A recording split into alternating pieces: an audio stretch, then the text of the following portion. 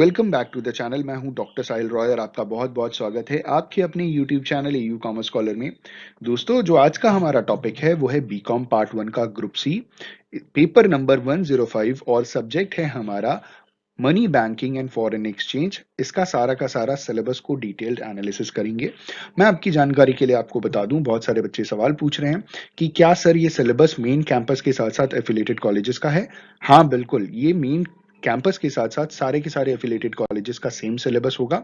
Even आपके जो exams होंगे वो सेम डे होंगे, ठीक है। और जो क्वेश्चन पेपर आएगा आपके एग्जाम में वो भी सेम ही होगा, चेक भी साथ में होगा, रिजल्ट भी साथ में डिक्लेयर होगा। तो प्लीज परेशान नहीं होइए, ये सारा का सारा इलाहाबाद यूनिवर्सिटी और उसके एफिलिएटेड कॉलेजेस के लिए ही है। एग्जाम का पैटर्न सेम रहेगा, साल में एक बार एग्जाम होगा और 100 मार्क्स का एग्जाम होगा, ठीक है। दो सेक्शन में बटा है, एक पार्ट ए और एक पार्ट बी। पार्ट ए में सिर्फ एक क्वेश्चन पूछा जाएगा 20 मार्क्स के लिए, लॉन्ग क्वेश्चन होगा। पार्ट बी में कुल मिलाकर के 6 क्वेश्चंस पूछे जाएंगे, जिसमें से कोई भी 4 आपको अटेम्प्ट करने हैं फॉर 20 मार्क्स। ये है एग्जामिनेशन का पैटर्न। वीडियो को लास्ट तक जरूर देखिएगा, हम बताएंगे कौन सी किताब आपको खरीदनी है जो आपके इस सिलेबस को हेल्प करेगी अच्छे मार्क्स लाने के लिए।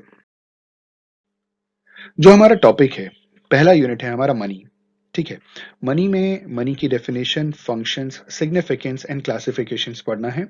Role of money in different economies, जैसे कैपिटलिस्ट इकोनॉमी, सोशलिस्ट इकोनॉमी और mixed economy.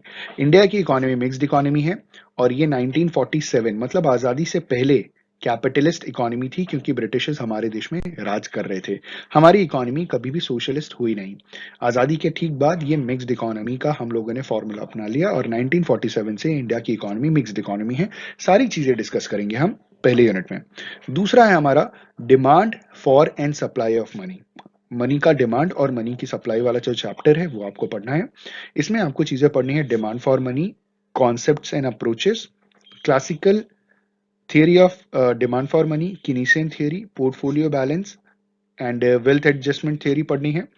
Supply of money जो चैप्टर है एक अलग चैप्टर है, इसमें आपको तैयार करना है concept of supply of money, approaches, conventional, Chicago, Gurley and Shaw and the RBI approach. सबसे इंपॉर्टेंट है आरबीआई अप्रोच, ये बार बार पूछा जाता है, जहां पे हम आरबीआई अप्रोच में M1 M2 M3 आपने पढ़ा होगा, मनी सप्लाई का ही कॉन्सेप्ट है, वही आपको तैयार करना है। हम बताएंगे कि इंपॉर्टेंट क्या क्या चीजें हैं। यूनिट 3 में आपको जो पढ़ना है वो है वैल्यू ऑफ मनी। इसमें पहला पार्ट है मीनिंग एंड डिटर्मिनेशन, जिसमें quantity theory of money, cash transaction approach, इसे हम क्लासिकल अप्रोच भी कहते हैं। फिर cash balance approach.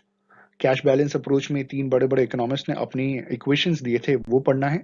Real balance approach and income expenditure theory. दूसरा जो पार्ट है उसमें तैयार करना है measurement of value of money, index number, effect of changes in the value of money, inflation and deflation. Unit 4 में जो तैयार करना है वो है द मनी मार्केट, जिसमें definition, composition, characteristics, significance, significance को इंपॉर्टेंस भी बोला जाता है, आप सब जानते हैं, एंड डिफेक्ट्स। दूसरा the institution of money market, जिसमें नॉन बैंकिंग फाइनेंशियल कंपनीज, जिसे हम NBFC भी बोलते हैं, उसका स्कोप, एक्सटेंट एंड रेगुलेशंस।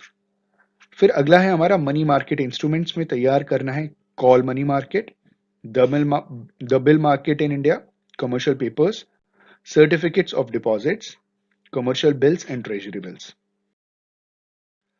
अगला यूनिट है हमारा सेंट्रल बैंकिंग का। इसमें तैयार करना है functions of central banking, objectives and methods of credit control with special reference to reserve bank of India.